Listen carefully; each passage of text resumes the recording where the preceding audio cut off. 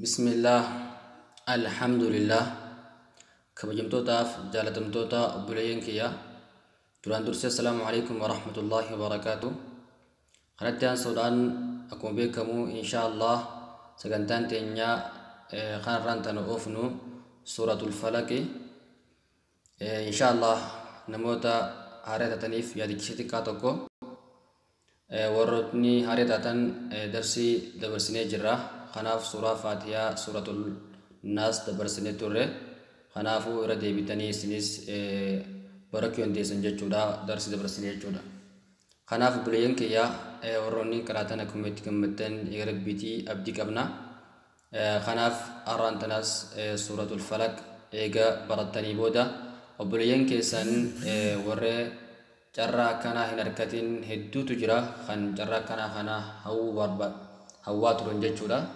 isaan saniif share gochuudhaan waliin gaasaniin jenna namoonni hundinuu karaa baratanii irraa fayyadamaniif jechuudha akkas obboleeyyan kiyyaa inshallah gara sagantaa teenyaatti dabarraa sagantaa teenyaa wajjin turtii gaarii isiniin jenna بسم الله الرحمن الرحيم قل أعوذ برب الفلق قل أعوذ برب الفلق من شر ما خلق من شر ما خلق ومن شر غاسق إذا وقب ومن شر غاسق إذا وقب ومن شر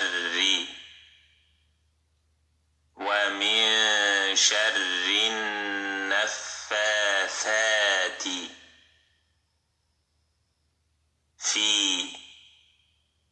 في العقد ومن شر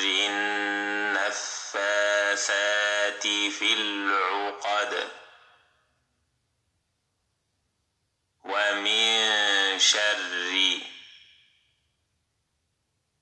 حاسد إذا حسد ومن شر حاسد إذا حسد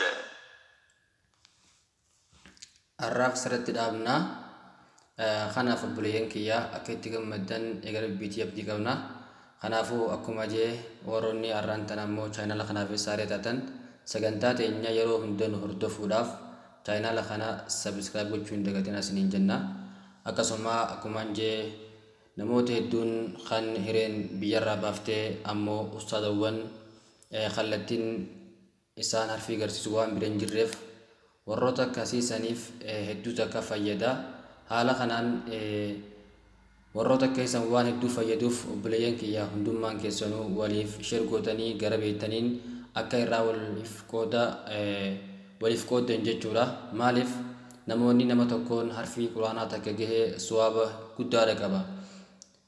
namoonni nama barsiisan akkasumatti karaa barumsaa irratti nama kaasan gaheen isaanii guddaadha suwaaba rabbi biraas akkasumatti qaba waan ta'eef waliin irratti hirmaattanii akka irraa baratan akkasumatti bikka jirtanitti hundi keessan akka barumsa quraanaa hordoftan isiniin jenna obboleeyyan kiyya barumsa quraanaa hordofuun yeroo hundaa hunu barbaachisa quraana jechuun waan ittiin bullu waan ittiin jiraannu waan ruuhin teenyitti hayyamtu waan ta'eef jechuudha akkasanii inshallah ta'ala sagantaa biraatiin akka walitti deebinutti khayri nuuf turaadha khayri nuuf jiraadha rabbiin bikka jirtanitti hunduma keessanuu سنهاتيسو والسلام عليكم ورحمة الله وبركاته